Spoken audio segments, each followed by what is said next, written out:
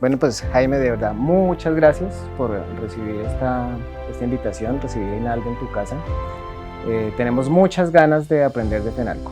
¿Sí? Tengo una serie de preguntas, unas que van a la organización, otras a tu estilo de liderazgo y otras a, digamos, ese esquema más personal del líder.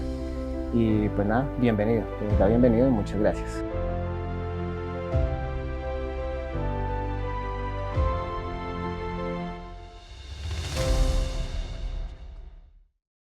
Bueno, Javier, muchas gracias por esta oportunidad, por la invitación a participar en este programa tan importante.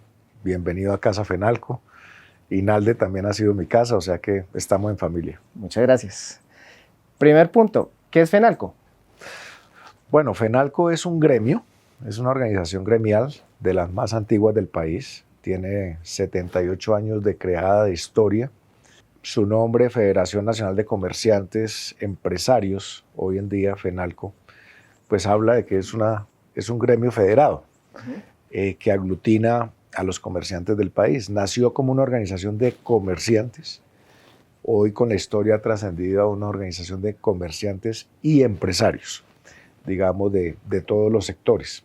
Es una organización que tiene presencia en 28 ciudades de Colombia, congrega a los comerciantes de las distintas regiones del país y a los empresarios para representar sus intereses. Digamos, es la forma original que nació, tiene 18.000 empresarios afiliados, más de 320.000 tiendas de barrio adscritas al gremio. Pero algo muy interesante, Javier, es que ya hoy con la historia FENALCO trasciende solamente a la defensa de los intereses de los comerciantes y hoy es un referente de la defensa de la buena salud de la economía, es un referente de la defensa de valores tan importantes de nuestra democracia, nuestra constitución, de la defensa de la libre competencia, de la propiedad privada, de la libertad de empresa. Es una organización que, digamos, trabaja en todos los ámbitos del país, pero también trabaja al interior dando apoyo a sus empresarios afiliados y en ese sentido pues tenemos un papel muy importante que jugar. Aquí decimos una frase muy coloquial y es que cuando a FENALCO le duele algo es porque a la economía del país le está doliendo demasiado. Ahora hablemos de FENALCO como empresa. Muy importante. Hay gente que tiende a observar o a entender que una organización sin ánimo de lucro, en el buen sentido de la palabra, es decir, que el objeto de FENALCO no es hacer dinero y hacer riqueza, porque hay una misión gremial de hacer un trabajo por los afiliados, pero también por el país. Pero eso no quiere decir que no se maneje como una empresa. Hay que manejarlo por una empresa porque es la manera de subsistir a través de la historia. Es decir, una organización gremial que no dé utilidades, que no genere beneficios económicos al final, está condenada a desaparecer. Y quienes estamos al frente de la organización, mi equipo directivo y yo, en este caso, tenemos la gran responsabilidad de que nos han entregado un gremio con una historia de 78 años, luego tiene que perseverar mientras esté en nuestras manos. Entonces nosotros tenemos una organización hoy en día que la modernizamos desde hace 4 años, 5 años que yo llegué al gremio, que tiene unas funciones muy claras de representación gremial y de los intereses de los afiliados y, como te decía Javier, de velar por el país, defender la democracia, como lo estamos haciendo ahora en esta situación que estamos viviendo en Colombia. Pero también tenemos una misión de generar programas, proyectos, actividades que cumplan un propósito de apoyo a los empresarios, pero que cumplan un propósito económico para la sostenibilidad del gremio. Cuando hablas de modernizar la organización, ¿nos das un poquito de detalles sobre eso? Sí, digamos que la modernización de una organización como FENALCO gremial nace de la transformación o la reforma de sus estatutos, actualizándolos a la realidad del país como lo hicimos en ese momento. Pero también es una reforma a la estructura de la organización para cumplir unos objetivos. Entonces, por ejemplo, creamos dentro de esa estructura una vicepresidencia de negocios y servicios a los afiliados. Nosotros le prestamos servicios a los afiliados, pero al mismo tiempo tiene que generar réditos para el gremio. Es decir, es un gana-gana. Creamos, por ejemplo, una vicepresidencia de proyectos, cooperación internacional, cooperación en general, que tampoco existía. ¿Para qué? Para que con proyectos que organicemos, por ejemplo, proyectos de apoyo a los tenderos, en mejoramiento de su gestión, con trabajo de campo, con modernización en tecnología. Esos son proyectos que se financian con la cooperación pública, privada o internacional. En este caso, por ejemplo, hemos trabajado históricamente con recursos del Ministerio de Comercio, Industria y Turismo, pero también hemos hecho alianzas de cooperación con empresas tan importantes como Bavaria o Coca-Cola o otras organizaciones, pero también trabajamos proyectos de economía circular que benefician a las empresas con recursos de la cooperación alemana, con los recursos de la GIZ. Entonces, ahí es cuando digo, nosotros somos gestores de proyectos que le brindan un servicio al empresario, muy importante, pero también nuestra gestión vale y tiene que generar un rédito con los recursos que conseguimos. Quiero pasar al rol de líder. Tú estabas en España y decides aceptar Fenalco. ¿Qué te motivó a venir a Colombia a dirigir Fenalco? Esa es una pregunta interesante porque cuando la contesto, mucha gente me dice hasta la grosería, ¿no? Pero en términos suaves, usted fue muy bobo haberse devuelto, pero realmente fue una convicción de país porque yo llevaba viviendo ya casi 10 años fuera de Colombia, primero como embajador en Corea y luego en Austria, y después me fui de secretario general junto a la Organización Mundial de Turismo. Un sector que he trabajado durante mucho tiempo en mi vida, que ha sido el sector turístico, y la verdad, pues la Organización Mundial de Turismo es una organización de Naciones Unidas, con muchas prebendas, con muchas buenas condiciones, como dicen ahora, ¿no? Burócrata internacional, cumpliendo una misión, pero pudo más, digamos, la idea de venirme a trabajar por Colombia, que es lo que he hecho siempre. Desde que salí de la universidad he estado trabajando en función de actividades de desarrollo de país, tanto económico como social. Entonces surgió la posibilidad de venir a Fenalco y me pareció que era un escenario muy importante para seguir trabajando por los empresarios, por los trabajadores, por la gente, por el desarrollo, que ha sido lo que pues a mí me ha apasionado toda la vida profesionalmente. Ok, chévere. Voy a bajar una escala y me voy a meter en el perfil del CEO. ¿Qué consejo le darías a alguien que está en camino a convertirse o que quiera llegar a ser CEO de una compañía? Yo creo que muchos consejos, pero uno que es muy oportuno para la juventud de hoy es no caer en el facilismo y no caer en la ambición de lograr las cosas rápidamente, sino trabajarlas muy a fondo, y para trabajarlas muy a fondo hay que prepararse muy a fondo.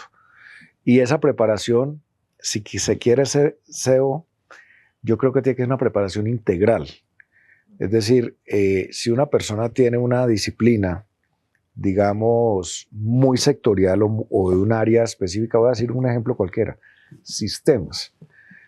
Si no cumple otras escalas de preparación en gerencia, en el área financiera, en temas de mercadeo, en asuntos de talento humano, pues difícilmente puede ser un CEO exitoso, porque esa visión integral de lo que es una empresa es lo que le va a permitir ser exitoso.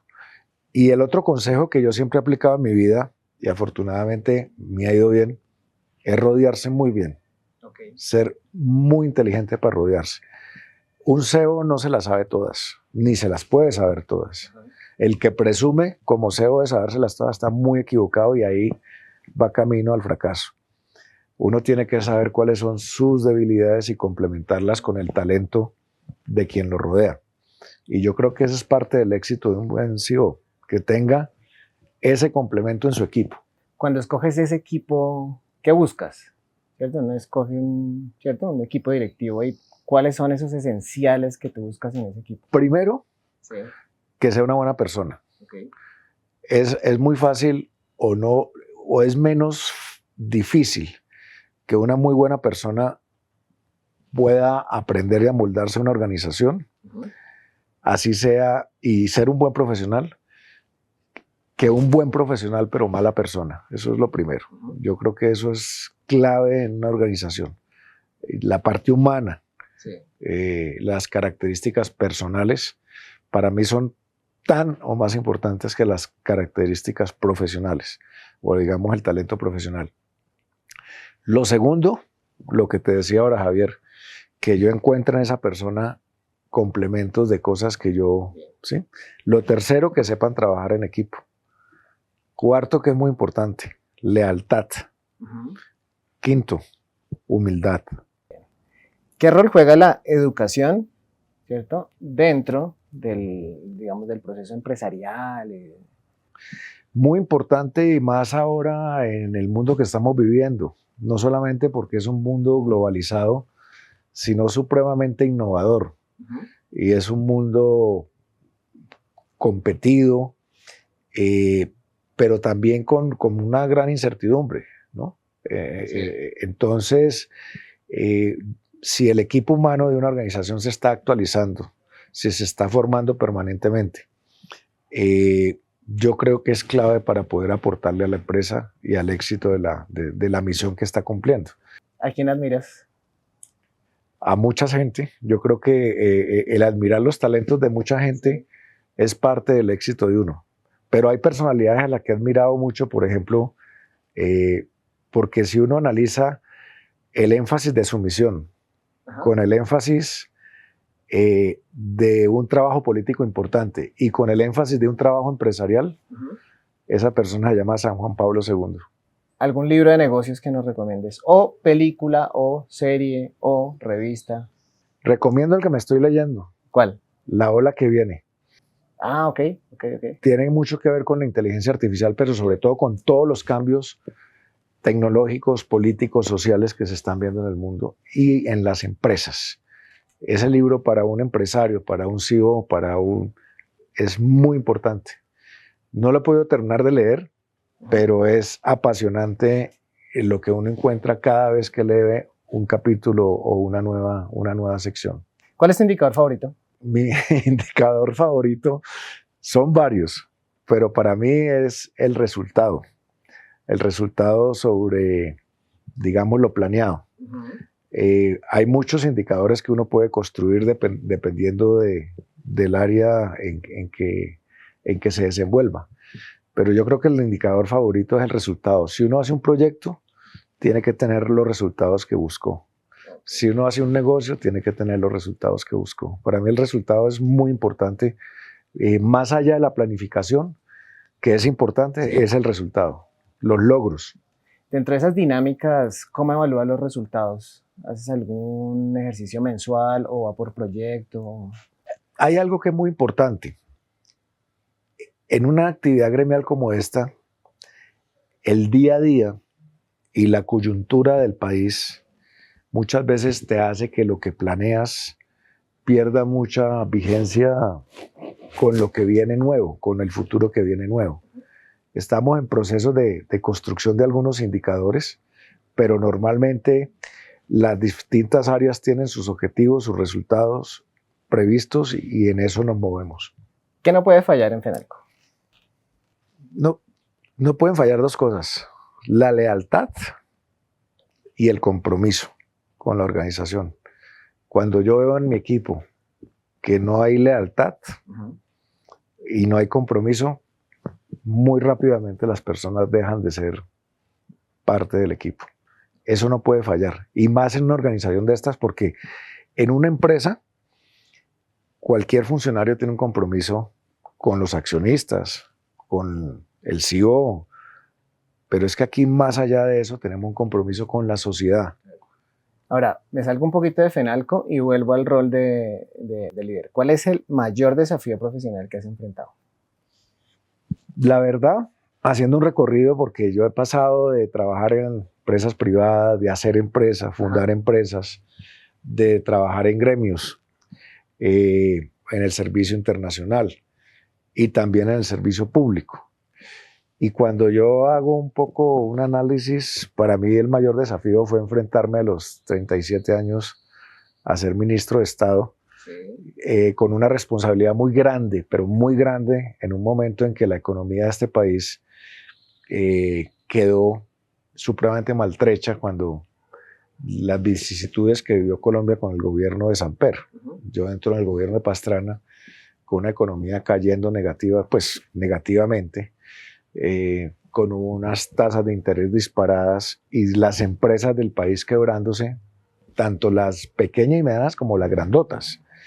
Entonces había un desafío y era cómo desde un ministerio que era el de Desarrollo Económico se podían construir muy rápidamente, porque no daba espera, políticas públicas de impacto inmediato que permitieran enderezar la economía y permitieran salvar, como efectivamente ocurrió, miles de empresas y miles de empleos.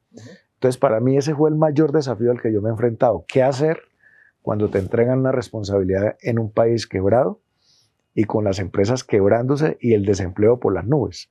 Entonces, para mí ese fue el mayor reto, y de ese desafío surgió una ley muy importante que hicimos que se llamó la Ley de Reactivación Empresarial, Reestructuración Empresarial, la Ley 550. Y en ese rol de ministro, ¿cierto? Que es, pues, uno, digamos, es tratar de salvar economía, empleos y demás. Ahora me voy al ministro líder. ¿Qué fue lo más difícil de ser ministro? Pero en el rol de liderazgo, ¿no? Lo más difícil, pero que al final terminó siendo una belleza, fue lograr en un equipo de gente tan grande y tan diverso y tan disímil y con connotaciones, algunos políticos, otras técnicas, formar ese gran equipo que yo quería formar. Me demoró varios meses, pero al final lo logramos. ¿Qué hiciste distinto a muchos de tus compañeros para llegar a donde estás en este momento? Esa pregunta sí es muy difícil de contestar porque a mí no me gustan las comparaciones. Entonces, compararse uno que hice yo, que no hizo. Yo creo que siempre fue, o para mí, ha sido vivir la vida muy apasionadamente y profesionalmente, con intereses particulares en su momento, pero también pensando siempre en lo que nos rodea. Alguna vez yo monté una empresa, de varias que he montado y algunas, pero monté una empresa. Y en una entrevista en televisión en Cali, me acuerdo, me preguntaron, ¿y cuánto vende la empresa? Y yo le contesté al periodista espontáneamente, tenemos 220 empleados, vamos a ver si el mes entrante vendemos más. Para mí era más importante generar empleo que inclusive era importante tener utilidades, pero para mí era más importante ese orgullo de poder decir genero 220 puestos de trabajo, que son 220 familias que se benefician de la empresa. Hablemos de frases, ¿listo? Entonces paso acá, ya nos apartamos un poquito del rol de SEO y tal. Eres un hombre de muchas frases, me pude dar cuenta, entonces voy a dar algunas y tú me das un poquito de contexto y por qué las traes a colación, ¿vale? Entonces la primera es, duro con las ideas, suave con las personas. Esa la utilizas mucho. Sí, sobre todo en el contexto de dirigente gremial que nos toca en FENALCO, y es que nos toca estar analizando lo que le conviene y no le conviene al país. Un ejemplo, la reforma laboral planteada por este gobierno. Entonces somos muy duros criticando ese esperpento de reforma, porque no hay otra palabra, y diciendo por qué es mala para el país y por qué va a tener consecuencias si se aprueba. Pero somos suaves con el trato con la ministra o con los congresistas o con el presidente, es decir, no incurrimos en confundir la esencia de las cosas con las personas. ¿A qué te refieres cuando dices a tus colaboradores la palabra panadero? Aquí estoy, mira. Yo digo que no hay que coger un poco la costumbre, no peyorativamente ni despectivamente, ojo con eso, sino es la práctica. yo soy muy observador, entonces yo creo que cuando la gente va a una panadería, si uno observa cómo se hace el pan, entonces se hace la masa, tal, se mete en las latas, se mete al horno y el panadero se está asomando por el vidriecito y mira, cuando ya ve que el pan está hecho, lo saca y lo coloca en la vitrina para que la gente se lo coma. Entonces, cuando yo digo un poco analógicamente, pero en broma, él nunca prueba el pan a ver cómo le quedó. Y en la vida profesional, la gente ejecuta y hace cosas, escribe y nunca revisa. No todo el mundo, ¿no? Mucha gente no revisa, no le hace control de calidad a sus propias realizaciones. Tan sencillo como una carta. Muchas veces yo recibo una carta y al rompe me doy cuenta que tiene errores de ortografía o está mal redactada, pero porque sé que la firma mía tiene esa responsabilidad, pero quien la hace no se toma el trabajo muchas veces de revisarla a ver si le quedó bien hecho, si es coherente, si es un ejemplo. Entonces, por eso yo le digo a mis colaboradores, no sean panaderos, hagan control de calidad en lo que hacen. Ahí viene otra que va en esa misma línea. ¿Qué significa la frase OCD? Pero veo que Javier hizo una investigación de...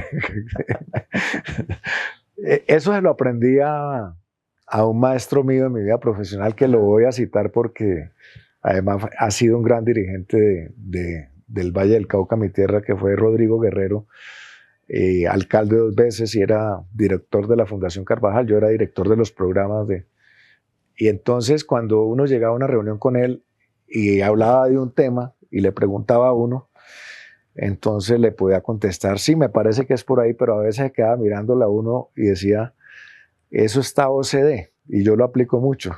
Obtuso, confuso y difuso, quiere decir no ha dicho nada.